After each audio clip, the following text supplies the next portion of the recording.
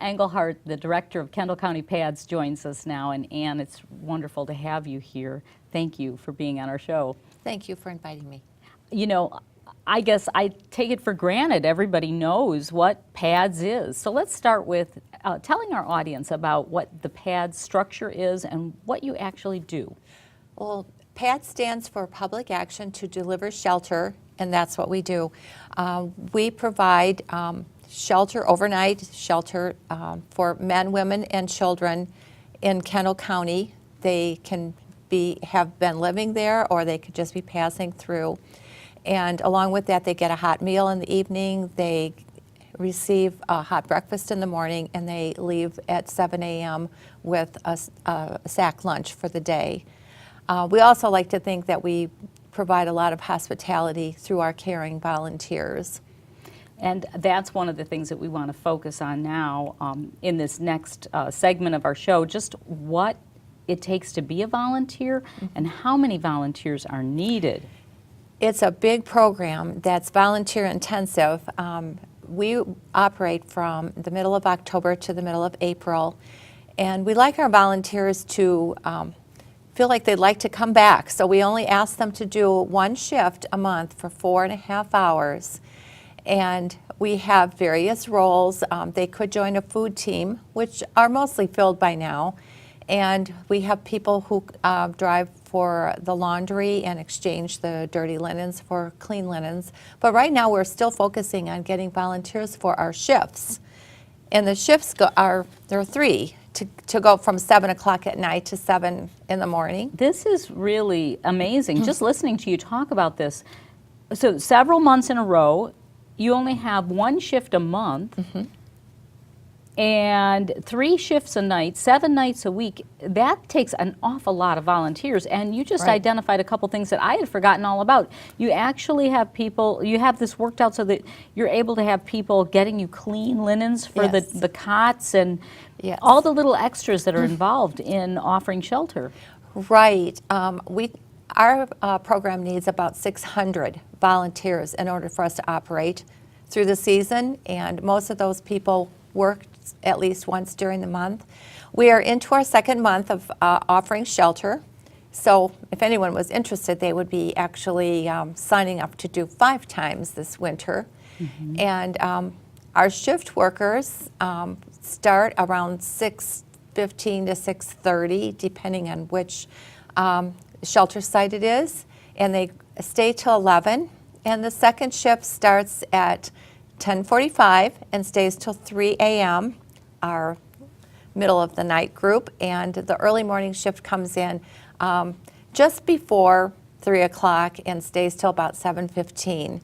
And each one of those has just different responsibilities. This is just mind-boggling to me, but so wonderful to hear that there's that many people who are willing to volunteer. I talk to a lot of people who are volunteers, and of course I've been a volunteer in many different groups in my life, and they all have a different passion. There's something that they want to do to help. And I do know one of your PADS cooks, and you know, someone who likes to cook, you know, that's just a natural. They just can't get enough of giving people good food. But to have that many wonderful people come out for you every year is really something. I think it's hard to describe how a volunteer feels, because they might come into it with a little bit of apprehension about, well, what am I getting into, and who are the people that are going to be coming to the shelter. So I like to real quickly say that we have a lot of safety precautions in place, but we have people who come to our shelter who are just like you and me, except they've run into some hard times or they've experienced some difficulties in their life. And we quickly find out that they really appreciate having a place to stay, get them out of their cars. About half our guests don't even have a car, they come walking. So we just know we're doing something really good for people. Yeah, that's an interesting concept. It's hard to imagine. You know, we take for granted all of our blessings, and we don't think about what it would be like in the winter months without it. Now, you said you really need like 600 volunteers. I know you had a formal training before you got started with your season. How many more volunteers do you have, and what does it take to be a volunteer? We still need roughly about 80 out of that 600. The good news is we have 520 committed people, and they are showing up. Some are doing a couple of extra shifts to fill in those spots. So we're still looking for volunteers, particularly that late night owl shift and the early bird shift, which are always a little challenging to get people there. We try to have 2 men and 2 women on site at all times with our guests. And as far as training, we do have a training in usually October, but at this time of year, we will be glad to have any volunteer, and they can just learn as they go. It's not hard. What are their commitments as far as a volunteer goes? What kind of person are you looking for, I guess, is what I really want to know. We're looking for men and women who are 18 or older, and there really don't have to be any other qualifications. In fact, the second shift is probably our easiest in terms of tasks. Their only really job that they do during that time is make sandwiches for the lunches, and those get put in the refrigerator, and they check through the sleeping area. But our guests are sleeping at that time of night. So we encourage our volunteers, bring your laptops, your phones, bring a deck of cards. We have some people who bring in a project, knitting, reading. So it's their quiet time.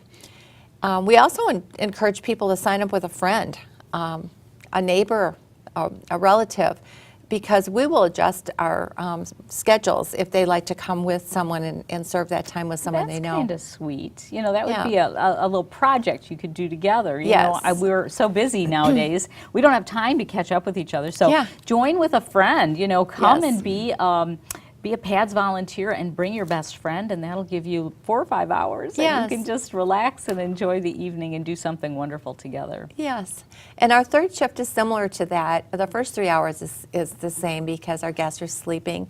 And then that last hour between 6 and 7 in the morning is pretty busy because our guests wake up and they have to check in their linens and their mattress and so on. And they eat breakfast and then they check out at 7. We have a little bit of cleanup at our sites. Takes 15 or 20 minutes. We will adjust anyone's schedule, though. If someone needs to get off to work, we'll have other people cover those responsibilities. So we're pretty flexible when it comes to volunteers. Okay, that's fantastic. Now, I know you're on the web. Tell me a little bit more about how we actually sign up to be a volunteer. Well, our website is kendallcountypads.org. We are a not-for-profit organization. And if they go to that website, they simply look for a tab called Volunteers, and there will be several choices. They can read about some of the responsibilities. They will also see a chart that shows exactly where we need men and women on which nights, on which locations. And another tab just says Register, and they can do it right online. It just takes probably 3 or 4 minutes. And they'll be registered right into our system, and they'll get a confirmation email to let them know to come and help. Okay. It's one of the most unique nonprofit organizations I think I've ever heard of. You are operating with so many different people. You are in so many different locations throughout the community, and you're making such an impact. And it is just always wonderful and inspiring to talk to you. And I'm so glad you were able to be with us today. Thanks for letting me share the message about PADS. Okay, we're going to take a quick break. We'll be back with more right after this.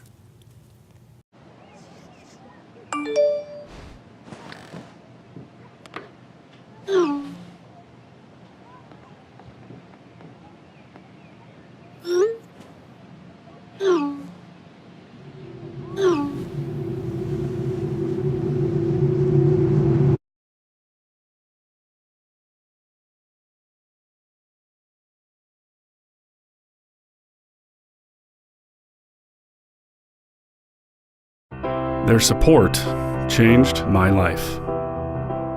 They were like family. My voice is now heard.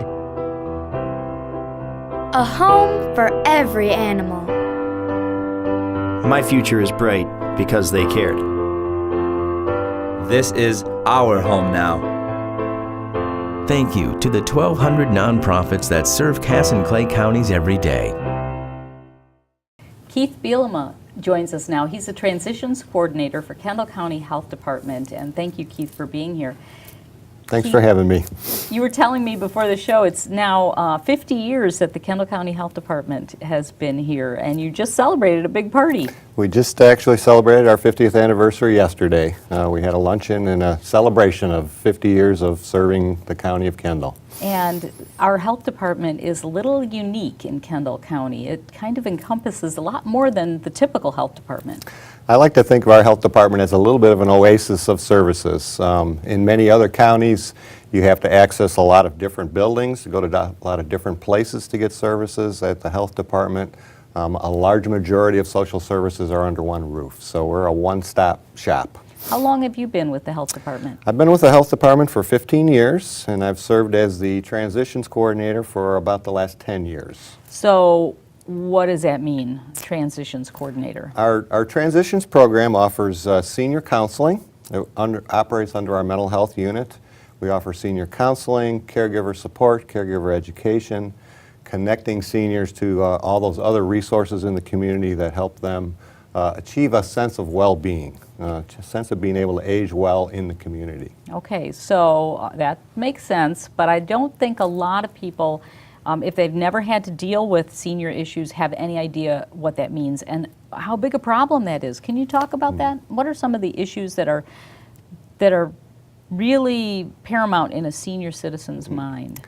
We call our program Transitions because we've discovered as life goes on, we're constantly in a state of transition. From the time we're born to the time we leave this earth, we're moving forward. We're growing up, we're getting married, we're having careers, we're buying homes, we're saying goodbye to kids as they grow up. Life is a series of transitions.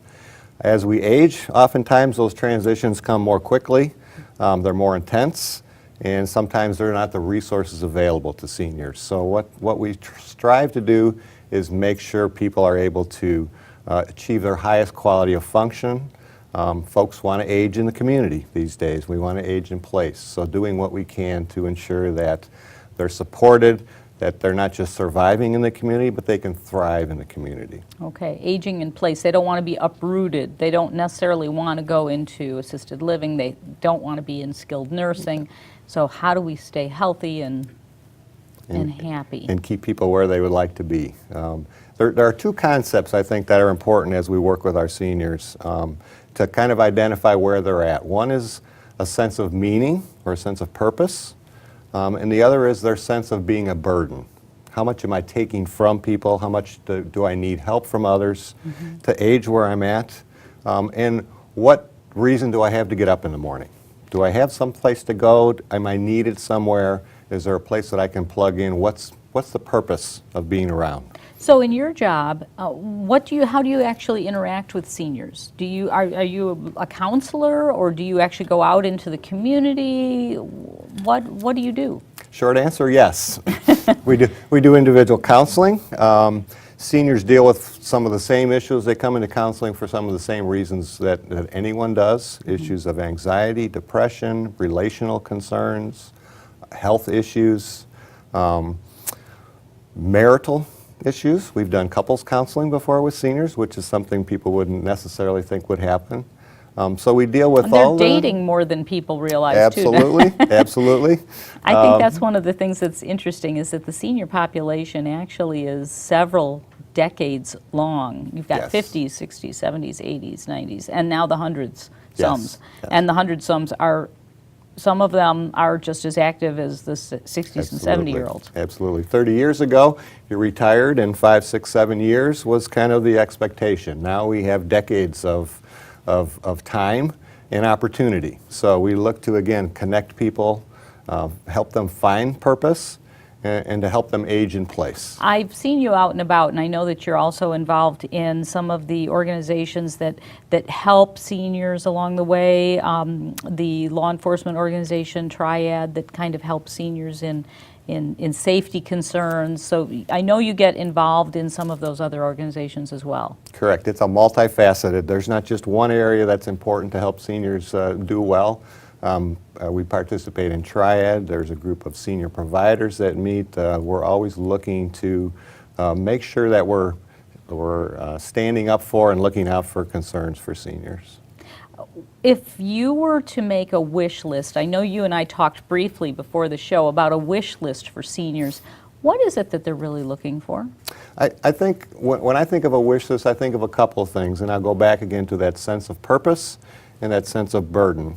Intergenerational opportunities. I think we're tapping into that. I think if somebody did a study these days, we would find the amount of care that grandparents give to grandchildren these days is way different than it was 30 years ago. More often than not, clients that I work with have a connection to their grandkids. They're watching them a couple of days a week. They're involved in their world. I think the more intergenerational opportunities we can take advantage of to utilize the wisdom, the experience, and the time that seniors have is a wonderful thing. And then again, going back to that sense of burden and aging in place, there are a lot of things that go into maintaining a home. And it's the time of the year the leaves are falling right now. Gutters are filling up. Snow is coming.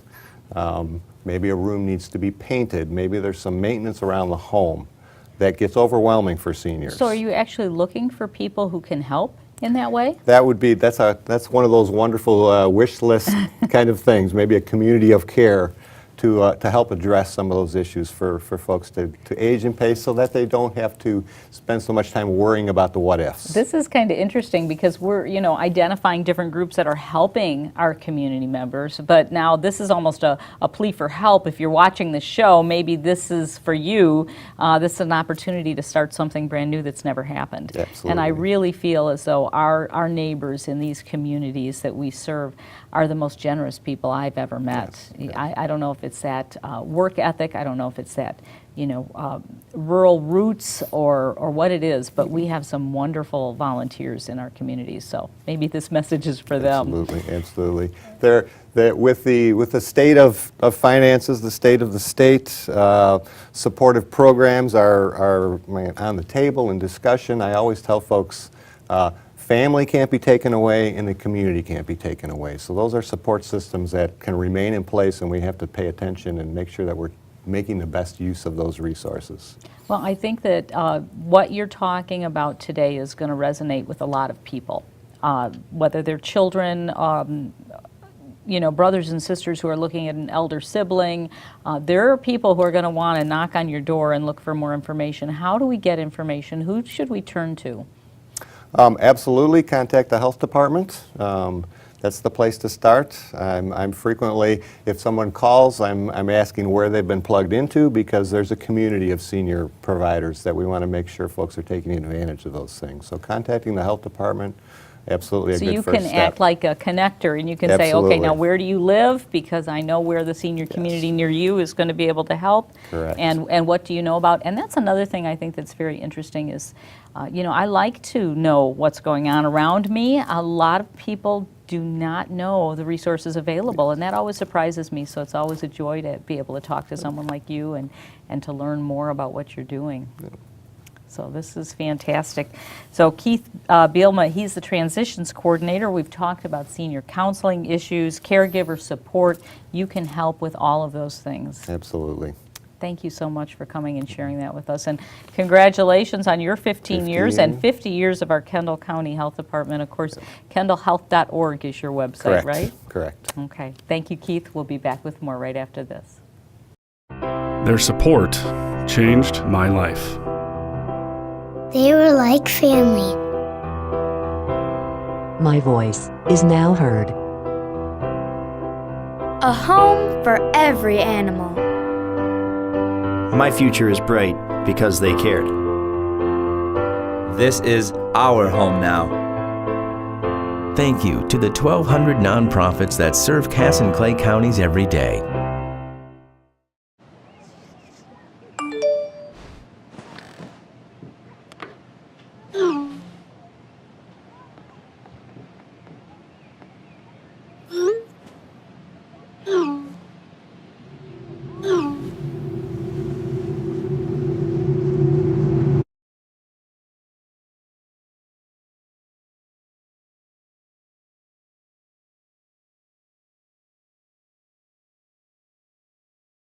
Rounding up our show today is Matt Beyer. He is a member of the Plano Rotary Club, and I'm glad to have you here and have a chance to focus on the Plano Rotary Club. Thanks, Matt, for being here. Thank you for having me. Thrilled to be here.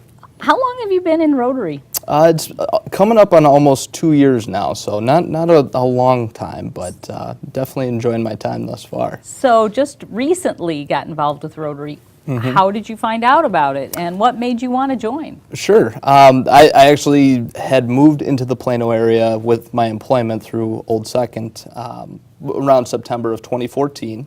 And I wanted to find a way to connect with members of the community, and also wanted to get to know who was involved in the community, and was invited to come to one of the meetings, just kind of see what Rotary was all about. I had no idea. I had heard of Rotary, but I had never actually experienced it firsthand. And so after going to one meeting, I was hooked, and just wanted to give back to the community, and that's exactly what the Rotary does. Well, you're a banker, branch manager, so you are able to find time in your busy day to get to a meeting? It can prove to be difficult at times, but meetings are a little bit easier to make. Sometimes some of the events that are outside are a little bit more difficult, but definitely as long as you have the will and are able to work it into your schedule, you'll find a way to make it work. So, But there was something about Rotary that resonated with you, and you said, I can do this. Was there something about the mission of Rotary, or? Just the fact that you're giving back to the community in a number of different ways. I mean, a lot of programs will be set more, with one specific thing in mind. There's a lot of flexibility with what Rotary does. So we get involved in a lot of different programs. Sometimes we'll have ad hoc things that will just come up that will be a cause that we'll really push for at that point. So a big one right now is our Plano Rockin' Christmas. And that's an outreach to the Plano community where we collect food. Old Second is one of the locations where you can come and donate, and we actually go out and deliver that food to needy families within the area. We have a parade. Santa will be coming out, so it's a big event that we're really proud of. And that's something that your club has been involved in for years. Yes. And it's something that is an ongoing thing that you will be finishing up that event and starting to look at how to make it better for the next. Correct. So that's a community-based. Rotary also is involved internationally in some very big projects. Correct. I brought along a magazine that we get each month, but with that magazine, that's actually for members, and it carries along a whole number of different stories that take place both here in the United States but also internationally, and you get to see what other Rotary clubs across the world are doing, and it helps give us further ideas, and really is a great read to see what people are really doing with their time. It gives you a chance to focus and see the big picture, but also, oh, wait a minute, we hadn't thought of that. Maybe we should try that here in our community of Plano. How big is the membership? We have about 17 members right now, and that spans a number of different professions. So myself being in finance, we have members from the education area, so that's both secondary and higher education. We have people from the service community, so the fire chief is on in our group. We also, it spans all over the place, retail, insurance. And also members who are just members at large that said, I want to be involved in this group, I respect what Rotary does. Correct, yeah. The Rotary Club is open to anybody, so anybody that wants to come in and visit with us for a meeting, there's no cost or anything to come and sit down with us and just see what we're all about. So anybody can come and see us. We meet every Tuesday, just around lunchtime. We have a little food. We'll talk about just different items on the agenda, and we usually have a guest speaker that comes in from the community to talk to us about a number of different aspects of really what's going on in the community, much like we're doing here today. I think that it's fantastic the way the meetings are set up, because you have lunch, you get out of your office, you have lunch, you have a guest speaker, so you learn something, you get to network. In your hour or so, you have accomplished a lot in your day, and you bring that back, and you're able to give back to your organization, to your business, to your employer in a better way than just from going out to lunch. Sure, yeah, absolutely. And I mean, the the number of programs, like I said, they change from year to year. We have a scholarship program that we run each year. So there's 2 different scholarships that we give out. One is the Harold Rosenwinkel Scholarship Fund that we facilitate, as well as just a Plano Rotary Fund as well. And so along with that, we'll have a number of fundraisers that come along. That's throughout the year. interesting, though, that you mentioned the scholarship. So how would a student find out about the scholarships? Is that something that you network with the school? I'm glad you brought that up, because this year we started an Interact Club, which is actually through Rotary. And that's one thing that I've noticed with the Rotary Club is we don't have a lot of younger individuals within our club, and just in general, Rotary is a little bit more dated, for lack of a better term. And so the Interact Club is in conjunction with the high school. Mr. Benson does a great job with the kids over there, and they're essentially a mini Rotary Club inside of the school, and they're there to learn about how they can give back to the community and really ways in which they can help serve others above themselves. And so we're really hoping that this will really grow and develop into something that will be a continual aspect within Plano's high school, and have more members coming out of school wanting to give back to their community and having more awareness of the Rotary As Club. a startup activity club in a high school, that Interact group is pretty impressive. They with are. Yeah, what they're they're a great doing group. in their school community, but not only that, they are already looking into the greater Plano community and wanting to do something to make a difference for younger students and just for the community members at large. So that's very exciting. I just wish them all the best as far as that goes, as moving forward throughout this school year into next, and making a legacy for themselves. And for the Rotary Club, I think it's a fantastic way to get an introduction to what Rotary stands for, as you said, service above self. And I'm glad you brought that up, because I wanted to come up with some of the other things that you do. You've got Plano Rockin' Christmas, you said. You've got the Interact Club. I know you have some fundraisers throughout the year just to support your efforts and some of the things you do. You also have a Parklands under development. Yes, yep, that's over in Cook Woods. We have the Cook Scout Park, and Jim Hill is the individual who leads that area, and he's done a fantastic job with it, and as well as your husband. But they, He's been helping a yeah, bit, he's too. been out there. I feel like Jim is living out there. If you go past it, it's on Little Rock Road over in Plano. And they've put up new fences. They've been clearing out the area, just really reinvesting in making that a usable area once again. And it's the plans that they have in place for clearing it out and just down the road are tremendous, and they've done a great job with that. Okay, and so we'll be looking for more good things. I know they had a ribbon cutting out there a few weeks ago, but looking for some more good things for that piece of property. As it does get developed, it opens up a whole new area, outdoor learning space for the community of Plano. So there's going to be work and development probably for years to come, I'm sure, but it's pretty exciting to see it. It is. It's great to see the fruits of your labor really, come into play. So. It sounds like you can actually find your passion in Rotary if you have something that you're interested in. You can really... Yeah, absolutely. As I mentioned, there's even different things that come up at any time. We have a number of other communities or people that will come to us saying, "Hey, this is an idea that we have.